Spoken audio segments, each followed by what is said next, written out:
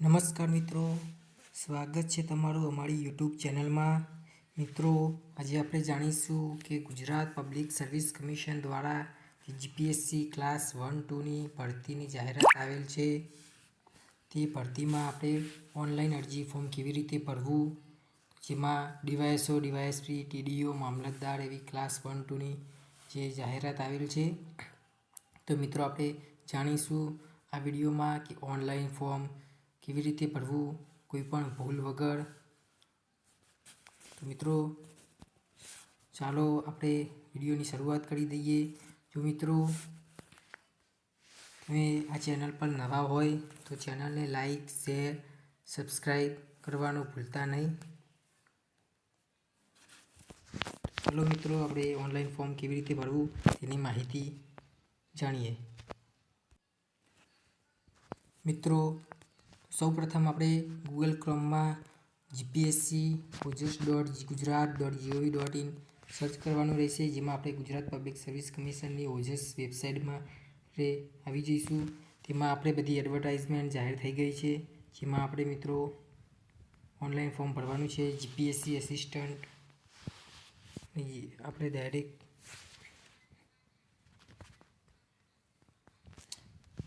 GPSC Gujarat administrative service, જેમાં GPSC class 1 Gujarat service civil service અને class 1-2 જે ગુજરાત મ્યુનિસિપલ ચીફ ઓફિસર અલગ અલગ પોસ્ટ છે. તેમાં આપણે ઓનલાઈન અરજી ફોર્મ કેવી રીતે ભરવું તેની સંપૂર્ણ માહિતી જાણીશું. મિત્રો, સૌપ્રથમ એપ્લાય બટન પર ક્લિક કરવાનું રહેશે.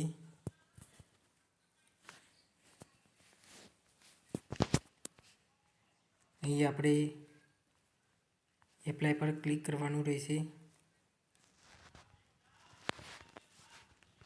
જો તમે ઓજસમાં રજિસ્ટ્રેશન કરેલું હોય તો તમે one time password, registration password અને ડેટ ઓફ બર્થ નાખીને તમે એપ્લાય વિથ OTR કરી શકો છો, જેથી તમારે કોઈ બીજી ડિટેલ ભરવાની રહેતી નથી. પર્સનલ ના કરી હોય તો તમે સ્કીપ કરીને પણ તમારું ફોર્મ ભરી શકો છો.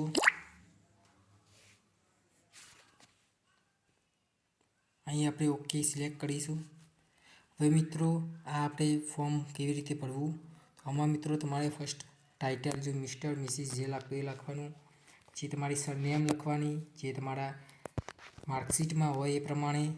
તમારું first name, father's names, husband names કે મધર્સ નેમ લખવાનું.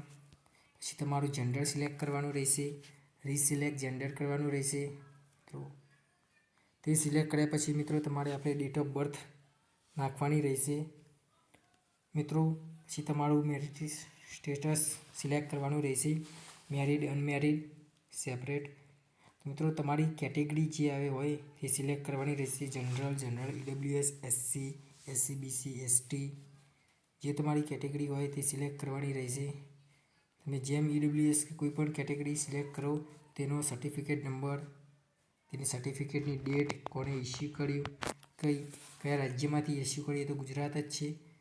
જો તમે OBCમાં આવો તો નોન ક્રિમિયમ સર્ટિફિકેટ, જે તમારે આ ડિટેલ આ પ્રમાણે નાખવાની રહેશે. પછી મિત્રો તમારે તમારું એડ્રેસ, કોમ્યુનિકેશન ડિટેલ્સ નાખવાની રહેશે. તમારું પૂરું એડ્રેસ, તમારો સ્ટેટ ગુજરાત, ડિસ્ટ્રિક્ટ તમારો સિલેક્ટ કરવાનો રહેશે. તમારો તાલુકો સિલેક્ટ કરવાનો રહેશે, પિનકોડ નંબર. પછી તમારો પ્રેઝન્ટ અને પરમનન્ટ બે એડ્રેસ સેમ હોય તો સેમ સિલેક્ટ કરી શકો છો. પછી તમારો મોબાઈલ નંબર એન્ટર કરવાનો રહેશે, જેમાં તમને SMS એલર્ટ મેળવવા OTP સેન્ડ કરવામાં આવશે. ઈમેલ ID તમારે એન્ટર કરવાની રહેશે. પછી રીટાઈપ કરવાનો રહેશે મોબાઈલ નંબર અને ઈમેલ ID. પછી તમારી નેશનાલિટી ઇન્ડિયન જ રહેશે. જો મિત્રો તમે પર્સન વિથ PWD કેટેગરીમાં આવતા હોય તો તમે યસ કરી શકો છો, નહીં તો નો કરવાનું રહેશે. યસ કરશો તો તમારે તમારો certificate date, disability certificate number and disability certificates આપનાર સત્તાધિકાર જે સિવિલ સર્જન હોય છે તે સિલેક્ટ કરવાનું રહેશે. જેમ કે મિત્રો તમારે કઈ પ્રકારની ડિસેબિલિટી છે એ અને કેટલા પર્સન્ટેજ છે એ લખવાનું રહેશે. પછી મિત્રો તમારો certificate number, disability certificate date and number લખવાનું રહેશે. પછી જો મિત્રો તમારે લહેરાની જરૂર હોય તો યસ કરવાનું રહેશે. બેઝિક્સ કોમ્પ્યુટર નોલેજમાં તમારે યસ કરવાનું રહેશે. જો વિધવા હોય તો યસ અથવા નો કરવાનું રહેશે. તેનું સર્ટિફિકેટ આપવાનું રહેશે. જો મિત્રો તમે એક્સ સર્વિસમેન હોય તો યસ કરવાનું રહેશે, નહીં તો નો કરવાનું રહેશે. પછી તેમાં તમે યસ કરશો તો તમારે બધી ડિટેલ ભરવાની રહેશે, જોઈનિંગની, એની આઈડેન્ટિટી કાર્ડ નંબર ને બધું. મિત્રો current working and Gujarat state employ, તમે કોઈ પણ ગુજરાત સરકારની અંદર જોબ કરતા હોય તો યસ કરવાનું રહેશે અને તેની ડિટેલ ભરવાની રહેશે, નહીં તો નો કરવાનું રહેશે. અહીં મિત્રો ત્રણેય લેંગ્વેજમાં ટિક કરવાનું રહેશે.